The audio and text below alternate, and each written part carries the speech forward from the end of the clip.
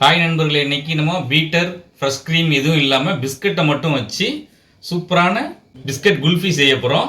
வாங்க எப்படி செய்கிறதுன்னு பார்த்துடலாம்.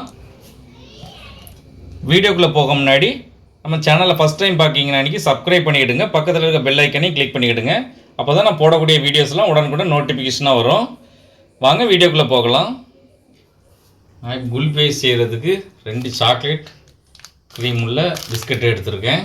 நீங்கள் எந்த பிஸ்கட் வேணாலும் எடுத்துக்கிட்டுங்க.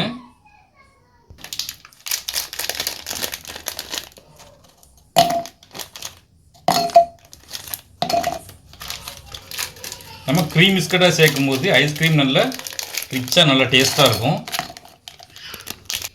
இப்போ இதுலேயே ஒரு 1/4 கப் அளவு சீனி சேர்த்துக்கலாம். இப்போ இதை நல்லா ஃபைன் பவுடரை அரைச்சி எடுத்துகிட்டு வந்துடுவோம். இப்போ நல்ல ஃபைன் பவுடரை அரைச்சி எடுத்துட்டோம். கொஞ்சம் கூட கட்டி இல்லாமல் இந்த அளவுக்கு இருக்கணும். இப்போ நான் 1 கப் அளவுக்கு காய்ச்சி ஆற வச்ச பாலை இதை சேர்த்துட்றேன். இதையும் நல்லா ஸ்மூத்தாக அரைச்சி எடுத்துகிட்டு வந்துடுவோம். இந்த அளவுக்கு நம்ம அரைச்சி எடுத்துட்டோம். அடுப்பில் ஒரு கடாயை வச்சுட்டு 2 கப் அளவுக்கு பால் சேர்த்துக்கலாம். நான் காய்ச்சி ஆற வச்சின பால் தான் சேர்க்கேன், கெட்டியான பால்.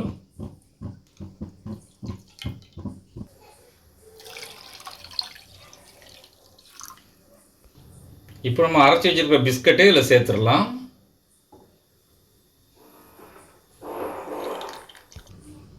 நான் காய்ச்சின பால் எடுத்துருக்கேன். நீங்கள் காய்ச்சாத பால் எடுத்திங்கன்னா காய்ச்சிட்டு சேர்த்துக்கிடுங்க. கைவிடாமல் நல்லா கிண்டி விட்டுப்போம்.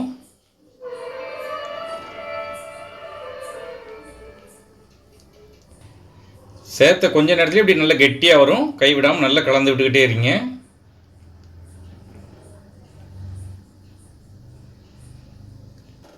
ஸ்டவ்வை லோ டு மீடியம் ஃப்ளேம்லேயே வச்சுக்கிடுங்க. சைடில் இருக்கக்கூடிய இதெல்லாம் அப்படி எடுத்து விட்டுக்கிடுங்க.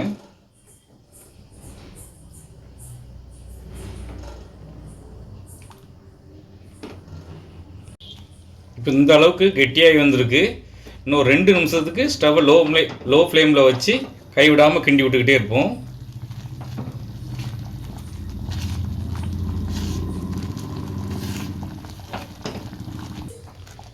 இப்போ இந்த அளவுக்கு கெட்டியாக இருந்தால் போதும். நம்ம இதை ஸ்டவ்வை ஆஃப் பண்ணி கொஞ்சம் நேரம் ஆற வச்சு எடுத்துருவோம். நீங்கள் வேணால் ஒரு ஃப்ரிட்ஜில் ஒரு 10 நிமிஷம் எடுத்து வச்சுட்டு எடுத்தாலும் பரவாயில்ல. இந்த அளவுக்கு இருக்கணும். இதை விட ரொம்ப கெட்டியாகிடக்கூடாது, அப்புறம் ஐஸ்கிரீம் நல்லா இருக்காது. நான் ஒரு 10 நிமிஷம் போல் ஃப்ரிட்ஜில் வச்சு எடுத்துட்டேன். நல்லா ஆறி கெட்டியாகிட்டு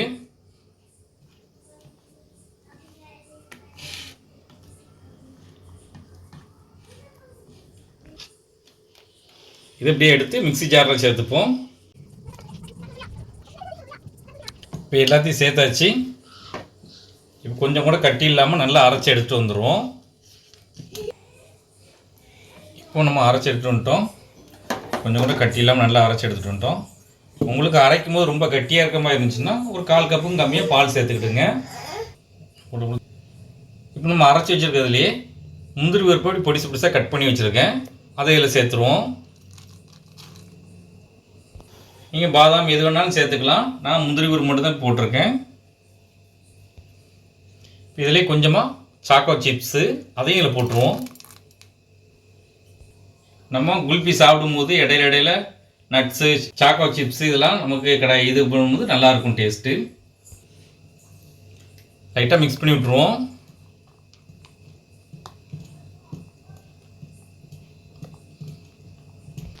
உங்கள்கிட்ட குல்ஃபி மோட் இருந்துச்சுன்னா அதை எடுத்துக்கிடுங்க. நான் இன்னைக்கு கிளாஸ் வச்சு தான் செய்ய போகிறேன். கிளாஸில் 2-3 சாக்கோ சிப்ஸ் போட்டுக்கலாம்.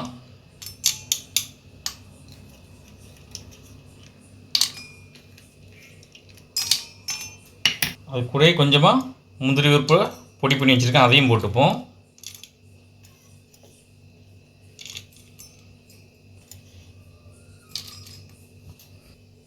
இதில் நம்ம கரைச்சி வச்சுருக்கத ஊற்றிடுவோம்.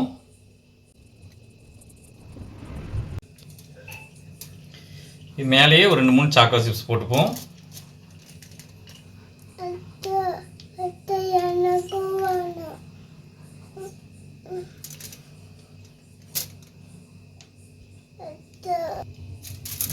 இதில் இந்த மாதிரி ஒரு அலுமினிய பேப்பரை போட்டுருவோம். சின்ன பிள்ளைங்க இப்பவுமே ஐஸ் கேட்டு அழுகுதுங்க. இது மேலே சின்னதாக ஓட்டை போட்டுருவோம்.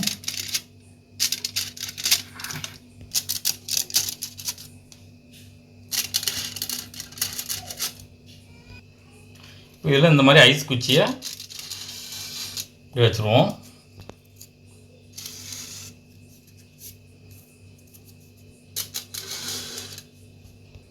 இதே இப்போ ஒரு 8 மணி நேரத்துக்கு ஃப்ரீசரில் வச்சு நம்ம எடுத்துக்கலாம். இப்போ 8 மணி நேரம் ஆயிடுச்சு. ஐஸ் நல்லா செட் ஆகிருக்கும். இப்போ ஓப்பன் பண்ணி பார்த்துடலாம்.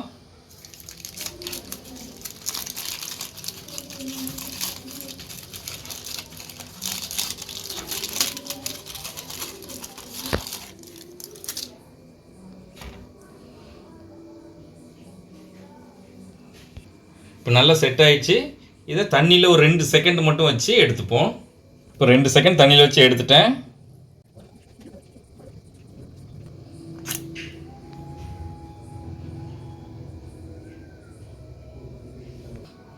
ரொம்பவே சூப்பராக ரெடி ஆயிடுச்சு. ஸ்கூல் லீவ் விட்டாச்சு பிள்ளைங்களுக்கு இந்த மாதிரி நீங்கள் வீட்டிலேயே செஞ்சு கொடுத்து பாருங்கள். ரொம்பவே டேஸ்ட்டாக இருக்கும். பீட்டர் ஃப்ரெஷ் க்ரீம் எதுவும் இல்லாமல் பிஸ்கட்டை வச்சு நம்ம வீட்டிலேயே செஞ்சிட்டோம். ரொம்பவே டேஸ்ட்டாக இருக்கும்.